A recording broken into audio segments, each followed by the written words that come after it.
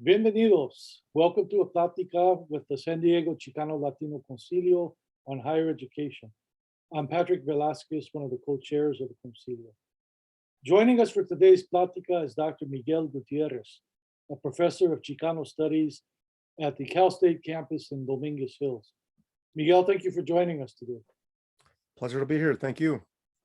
All right, Miguel, as we talk about Chicano Studies, it's probably not surprising that along with Black studies and Native American studies, the other fields in ethnic studies, there's been a lot of talk about Chicano studies and these other fields in the so-called popular media recently. And again, not surprisingly, I think it's usually because of the hostility by a lot of white folks that don't like these fields or the things like critical race theory that they link up with ethnic studies. So I think there's a bit of an increased urgency and relevance to these topics for today.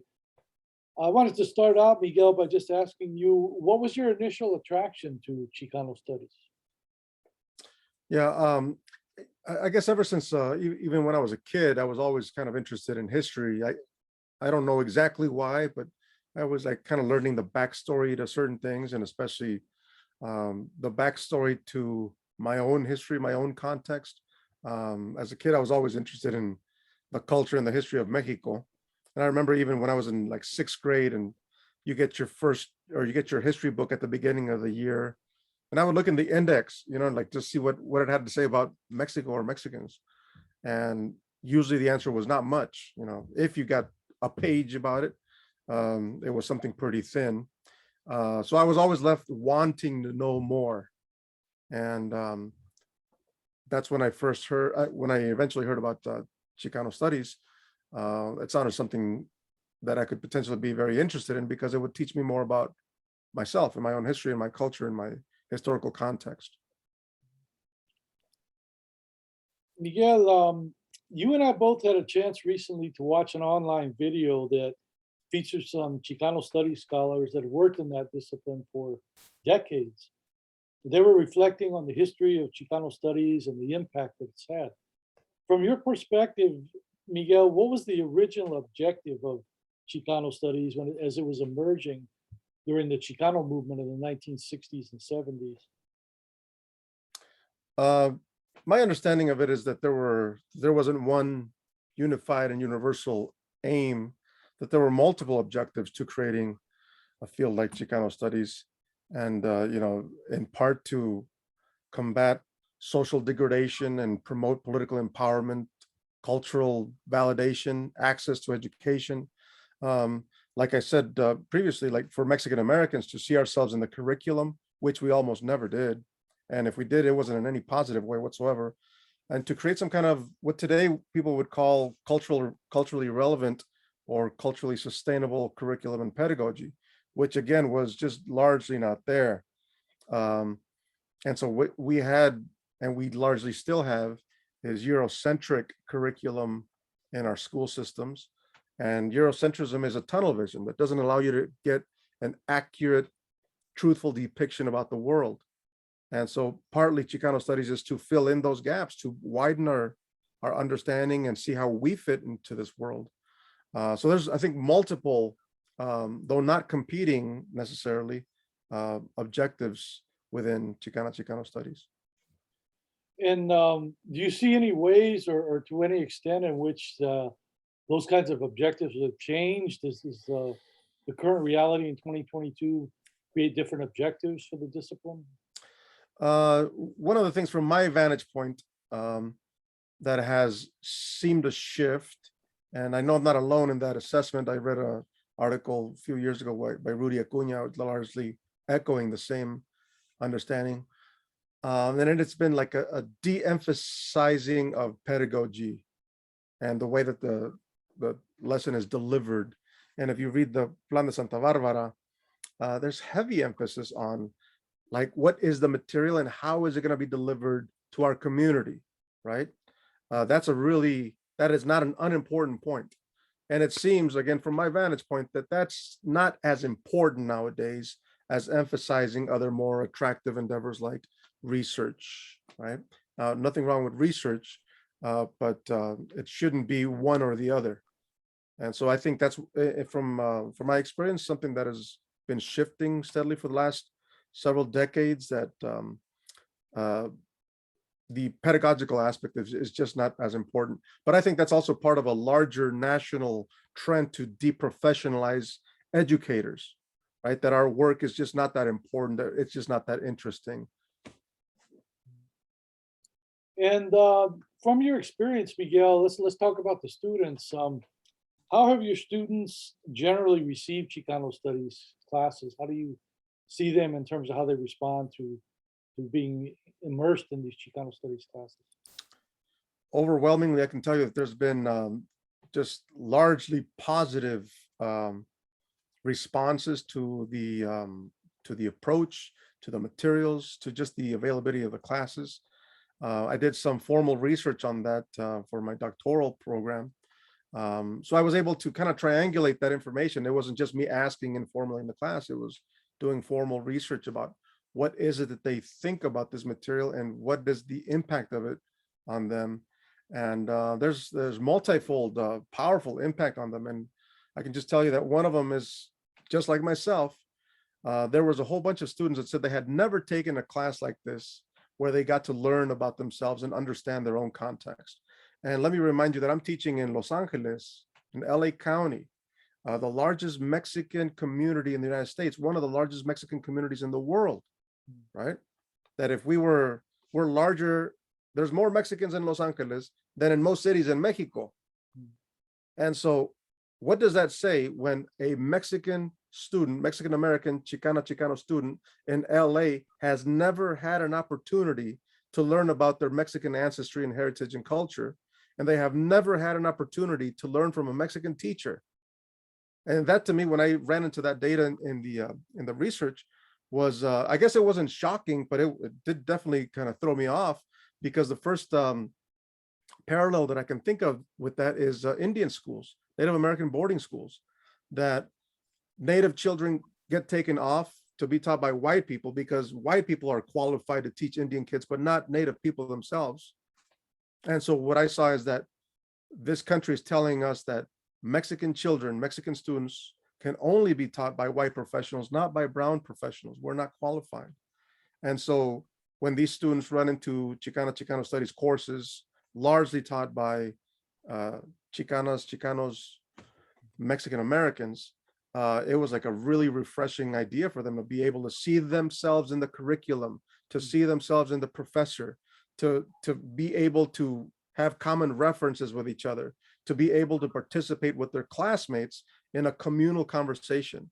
And think about just how good that would feel when your first 13 years of educational experience, you've never been allowed to do that, you know?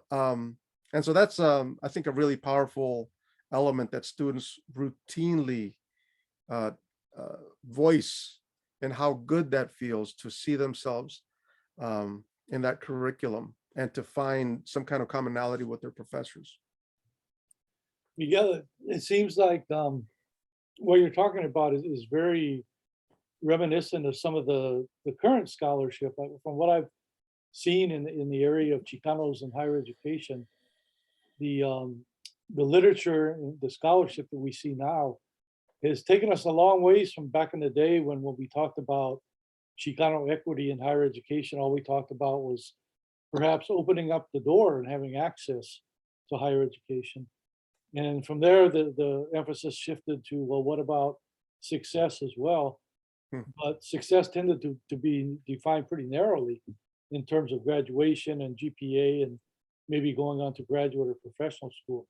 And I think those still remain important issues and important outcomes. I know for our Concilio in San Diego, we continue to push on local institutions for equity in terms of access and those kind of traditional success outcomes. But you know, especially in California, as more Chicanos have entered higher education, we're starting to see more scholarship on what institutions can and should do when all of a sudden they look up and see that there's a large population of Chicanos in their college. We have one public college, a Cal State campus in San Marcos in northern San Diego County, And the undergraduate enrollment there is almost 50%. So these institutions have now become what the federal government designates as Hispanic serving institutions. And there's a scholar that attended UCLA, as you did, Gina Garcia, who writes a lot about the experiences of Chicanos in these HSIs. And one of the things she talks about is something she calls liberatory outcomes. That if these institutions are going to really serve Chicano students in an equitable way, they have to go beyond just facilitating their graduation and their GPAs, but they also have to play a role in what we would call, say, the emancipation of those students, Mhm. and an emancipatory role the students can play with their Chicano communities. So Dr. Garcia talks about liberatory outcomes like the development of a strong ethnic identity as a Chicano or Chicana, and the commitment to social justice and being a change agent for one's community. So, to any extent, Miguel, can you talk about how you saw or continue to see Chicano studies classes contributing to those liberatory outcomes? Yeah, it's exciting to listen to that conversation, and it's also kind of a bummer to hear because I don't see that those liberatory outcomes being very important in universities. Generally speaking, a valued way of of the student experience. Um, and there would be some programs that would emphasize that those outcomes substantially more than others. Chicano studies would be one of them, right? Africana studies, women's studies, Native American studies, Asian Pacific, labor studies. Those programs tend to emphasize that substantially more than others. But that means that even in these HSIs, where you have a huge percentage of so-called Latinos in there, how likely are they to take one of those courses? They don't have to, right? How likely are they to take one of those courses, and assuming it's the right course, right, with the right professor in there, maybe they'll get some of those liberatory outcomes, but most likely they will not get those. So to have an HSI and pat ourselves on the back about it, just because there's a lot of brown students in there, that doesn't say a lot in terms of what the outcomes are for these students. So I would say that Chicano studies largely emphasizes some of those things. And to some extent, how liberatory can you be as a Chicano studies program housed within a colonial institution like a university? I don't care how many brown people there are in there. If it's still a colonial institution, those outcomes might be not compatible with the outcomes that the university wants for brown folk. So I do see those things happening in the classroom. And much to my frustration over the last 15 years or so, for example, one of the things that you mentioned was critical consciousness, having a sense of yourself, having a cultural backbone. I get the sense that a lot of my students are coming out of these courses with a good sense of self, an empowered sense of their own place, and what Paulo Freire would call conscientização, critical consciousness. And where is that in terms of the traditional academic outcomes? It's just not existent. In fact, it could actually go counter to those, right? When you start learning more about these educational systems and how messed up they can be, does it make you want to participate more, or does it make you almost want to stand back a little bit more? But so I think there's a lot of work to be done, not just for the researchers to understand the power of those liberatory outcomes, but for educators to really emphasize those elements that are very important and very powerful to students. And I got to say, according to my research, they were a lot more important than having a good GPA, right? Because the students at the end of the day, they would go home and talk to their family members, to their friends about some of the topics that we had in class. They don't do that for their other classes. And I know that because they said as much. Like, yeah, I don't go talk about my biology class, no offense to biology, but they don't go and talk to their parents about it, but they do talk about some of this, these conversations, this content that we had in Chicano studies. So all that to say, like, it is a very important part of it. And we can't let those traditional learning outcomes, academic outcomes, dissuade us from doing that very important work that is also important to our community in the classroom. Yeah, I think you made a very important point there, Miguel. When I was at UC San Diego, I sat on a committee once that was looking at why there are not more underrepresented students of color at UC San Diego that were graduating with a GPA above a 3.75, because they had done some institutional research to show that if students had a GPA that high, they could get graduate or professional school admission to almost any institution in the country. And I remember pulling together a focus group of Black, Chicano, Native American, Asian Pacific Island students that were right on the cusp of that, maybe somewhere a little bit over a 3.5 GPA. And when I asked them how important it was for them to get a really high GPA, like a 3.75, they said it's not as important as the kind of activism that we're doing on campus. And one of the things that really stuck in my mind was they said, you know, if we saw examples of really high achieving faculty of color that were also activists, then we might think that, okay, you can really combine the two. But they said, if we have to make a choice, we're going to put our time and effort into the meetings that we go to and the celebrations we go to and all the things that remind us of who we are. We'll spend our time on that rather than trying to get a 4.0 GPA. So that Right. stuff is really meaningful. Yeah, you know, almost to tie back to the original question that you had for me, you know, what draws me to this, to teaching this particular content, I guess I'm trying to teach the class that I always wish I had available to me growing up, you know, Mhm. like what class would really make me understand myself and understand our social historical context. And I just didn't have that. And I thought that was just growing up in Nebraska that we didn't get that, right? Mhm. But here in Los Angeles, people don't get it either.